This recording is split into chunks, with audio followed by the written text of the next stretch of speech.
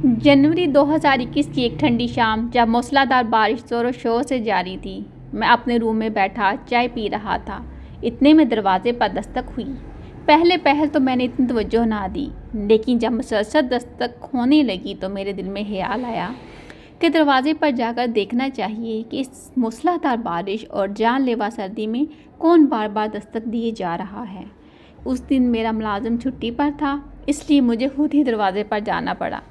मैंने छतरी ली और दरवाजे पर जा पहुंचा। मैंने दरवाज़ा खोला तो देखा एक भिखारी औरत जिसके साथ 3 छोटे बच्चे थे, वो खड़ी थी।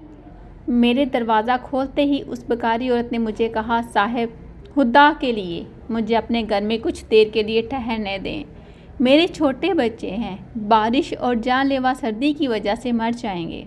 मैं पिछले कई घरों के दरवाजे खटखटाते हुए आ रही हूँ, लेकिन किसी ने मुझे अपने घर में कुछ देर के लिए ठहरने के लिए पनाह नहीं दी।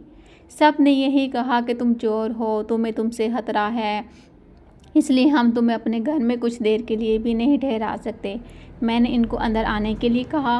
वो भिखारी औरत और बच्चे जैसे ही हमारे घर दाखिल हुए तो मैंने अपने खाना बनाने वाली मुलाजमा को कहा कि इन्हें किसी रूम में ले जाएं और इनको खाना वगैरह भी दें। मेरी मुलाजमा ने फ़ौरन मुझे कहा, साहिब जी, आपको मालूम है ये भिखारी औरत चोर होती हैं, इनको घर में नहीं रखना चाहिए। ये बात सुनकर इस भिखारी औरत की आंखों में आंसू आ गए और मेरे आगे हाथ जोड़कर बोली, खुदा के लिए मैं चोर नहीं हूँ। मैंने अपनी मुलाजमा को कहा, कुछ नहीं होता, जो मैंने कहा है वो करो। तब मेरी मुलाजमा इन्हें रूम में ले गई और खाना वगैरह दिया। तब रात भी हो रही थी। इतने में मेरी मुलाजमा मेरे पास आई और बोली, साहब जी, ये लोग तो रात रहने के लिए बोल रहे हैं। मैंने कहा, खैर है, रहने दो। रात को इस वक्त ये बेचारे कहाँ जाएंगे, सुबह होते ही चले जाएंगे। जब सुबह हुई मैंने नमाज फजर के लिए उठा तो वो भिखारी औरत मेरी गाड़ी के पास खड़ी थी। मैंने देखा तो हैरान हुआ कि ये मेरी गाड़ी के पास खड़ी क्या कर रही है।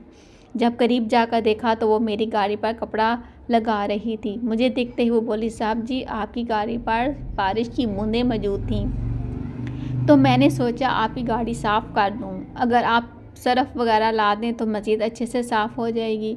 दरअसल आपने मुझे अपने घर आ ठहरने के लिए जगह दी, खाना दिया, इस मुश्किल वक्त में जब मुझ पर कोई भी यकीन नहीं कर रहा था। इसलिए मैंने सोचा मैं आपका ये एहसान गाड़ी साफ़ करके ही चुका दूं। मैं ये बात सोचने पर मजबूर हुआ कि अगर आप किसी इंसान के साथ मुश्किल में छोटी से छोटी नेकी भी कर दें तो इसे कभी नहीं भूलता। इस दुनिया में सबसे बड़ी नेकी मुश्किल में किसी का सहारा बनना है। जब सारी दुनिया इससे मुंह मोड़ चुकी हो और आप इसका सहारा बन जाते हैं तो वो आपका ये एहसान सारी ज़िंदगी नहीं भूलता। तो ये थी हमारी आज की कहानी। मेरे चैनल को सब्सक्राइब कीजिए, मुझे अपनी दुआओं में याद रखिए और मुझे इजाज़त दीजिए। अल्लाह हाफ़िज़।